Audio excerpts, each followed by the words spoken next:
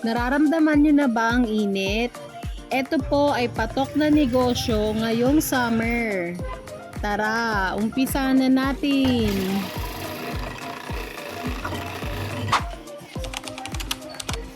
Magkano sa kailan? 39. Dalawa nga.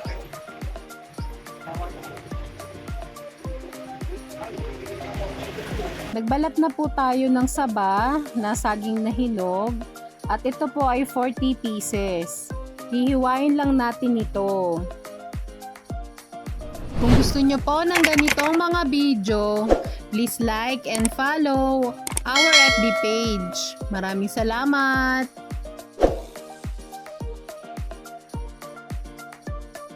Nilagay ko lang sa malaking kawali ang ating mga in-slice na saging.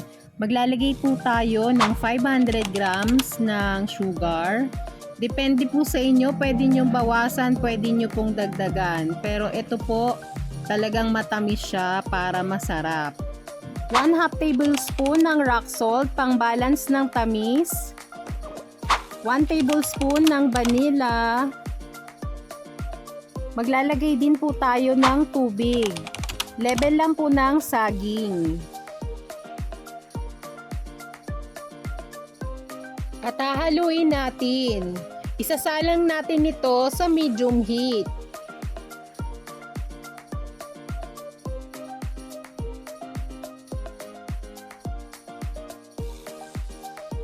After 20 minutes po, kumukulo na ang ating minatamis na saging.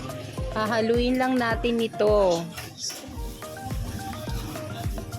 After nating mahalo, tatakpan muli natin ito para pakukuluan pa natin ito ng 30 minutes kasi medyo hilaw pa po ito eh. Pero dito po pinalitan ko na yung takip niya kasi parang ang laki ng takip niya. So ito po, luto na to. Total of cooking time po nito ay 50 minutes.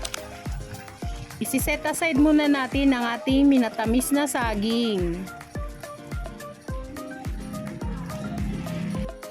Gagawa naman po tayo ng custard cream. Gagamit po tayo ng 6 na itlog at hihiwalayin po natin yung white dun sa yellow.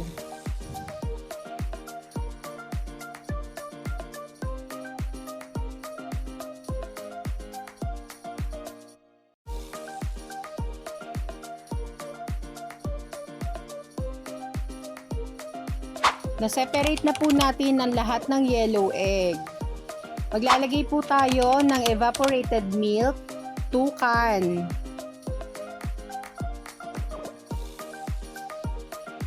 One can ng condensed milk. At ang last, ang 1 tablespoon ng vanilla. Imimix lang po natin ito. Kapag na well mix na po, isasalin natin ito sa ating pan. Sasalain din natin para hindi po magkaroon ng buo-buo yung ating custard cream. Ito po hindi pa nakabukas yung ating kalan. Pagbukas po ng ating kalan, isasabay na rin po natin yung paghahalo. 5 to 8 minutes lang po ito natin isasalang.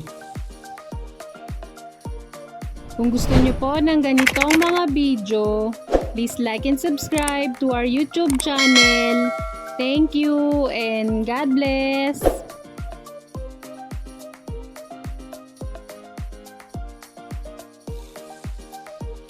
At kapag kumulo na po, maaari na natin patayin ang ating stove. Isang kulo lang po ay pwede na kasi mas lalapot pa po ito. Isasalin na po natin ito sa ating pichel. Tapos papalamigin na po natin ito sa ref. Kung tinalo dito yung picture ni Lolo.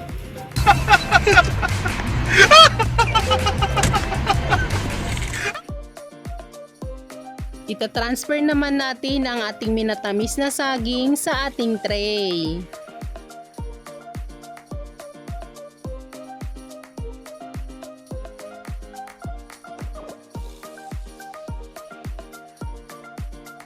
I-display na po natin ito sa ating estante. At kapag may bibili na po, i-assemble naman natin ito. Sa ating 16 ounce na cup, maglalagay po tayo ng minatamis na saging.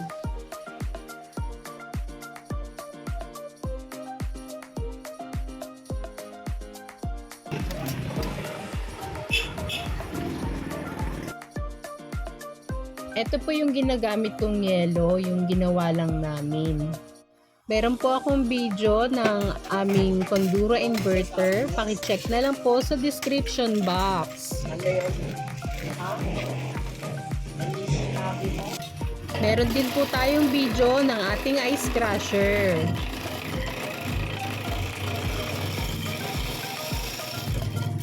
Maglalagay naman po tayo ng ating crushed ice.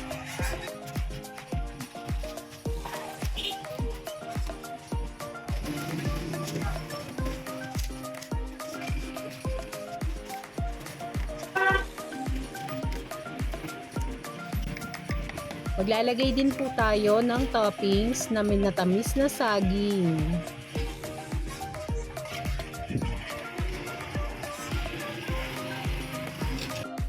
At ang last, ang ating creamy custard.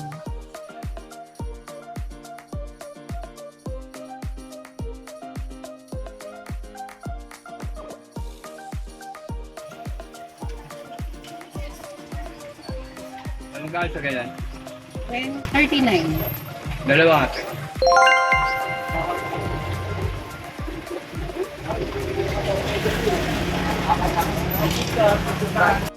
Para po may idea kayo, ang bentahan ko po nito ay 39 pesos.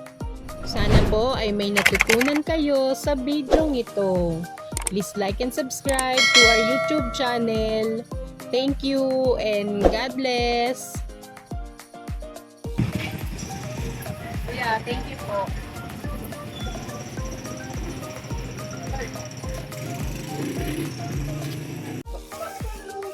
Thank you for watching.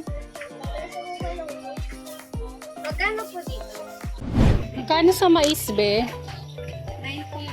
50. Hello guys! Welcome back sa ating channel. For today's video po ay ibabahagi ko sa inyo ang pagtitinda ng mais con yelo with creamy custard. Tara, umpisahan na natin!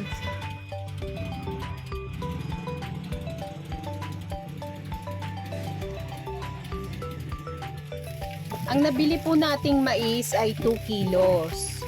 Hugasan muna natin ito. Ako po si Glory at ako po ay may maliit na tindahan. Gumagawa din po ako ng mga videos. Lahat po ng mga tinitinda ko ay binibidyohan ko para po makatulong sa mga tulad kong nanay na gustong magnegosyo sa kanilang mga tahanan. Kaya sana po i-support nyo ang aking page at ang aking YouTube channel. Maraming salamat!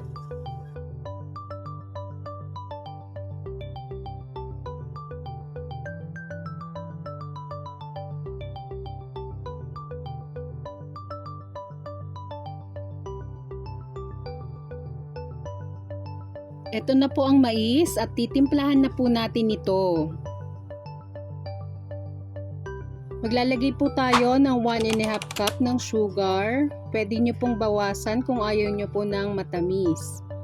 1/2 tablespoon ng rock salt. Maglalagay din tayo ng 500 ml ng water.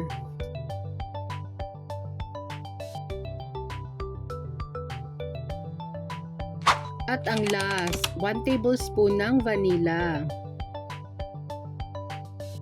Hahaluin lang natin ito at tatakpan. Sasalang po natin ito sa medium heat for 30 minutes.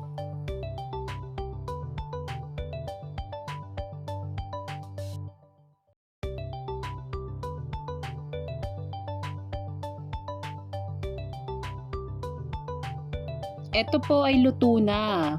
Maaari na nating patayin ang ating stove. Ilalagay na po natin sa ating bowl. Gagawa naman po tayo ng custard cream. Sa paggawa po ng custard cream, gagamit po tayo ng 6 na itlog. Hihiwalayin lang natin yung white sa yellow.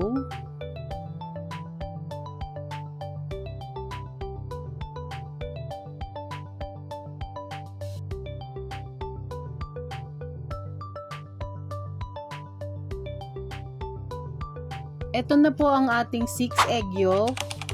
Maglalagay tayo ng 2 can ng evaporated milk, 1 can ng condensed milk, at 1 tablespoon ng vanilla. Pantanggal po ng lansa ng itlog. And then mix.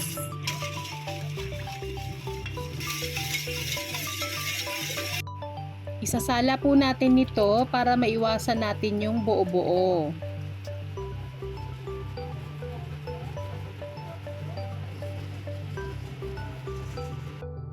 Once na naka-open na po yung stove, continuous lang po yung paghahalo nito.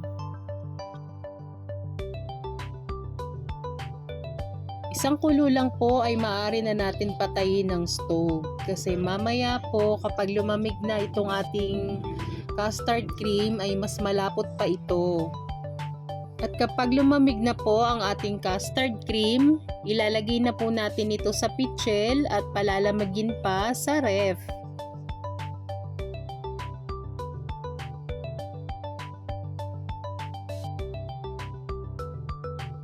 I-display na po natin ang ating minatamis na mais.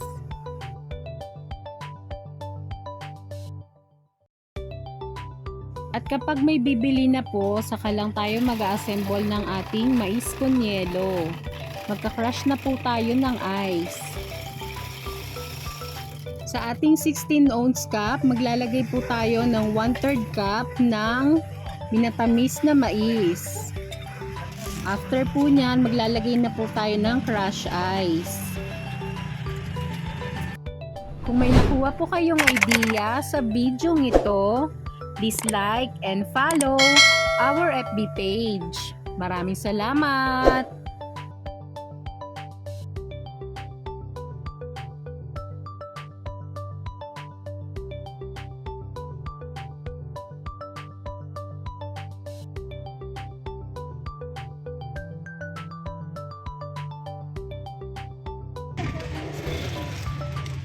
Ano po? Ano po yun? Alam ko, Ayan, mais. O sa'yo na to, bebe. sakto to be. Para talaga sa'yo to. Naglagay lang tayo ng toppings ng ating minatamis na mais. Tapos, naglagay na tayo ng creamy custard, 1/4 cup. At para po may idea kayo, ang bentahan ko po nito ay 39 pesos. Isa ko. Plastic pa. Ka-plastic ka? Opo. Saka 4 na ka. 4 na. Turong. Thank you for watching!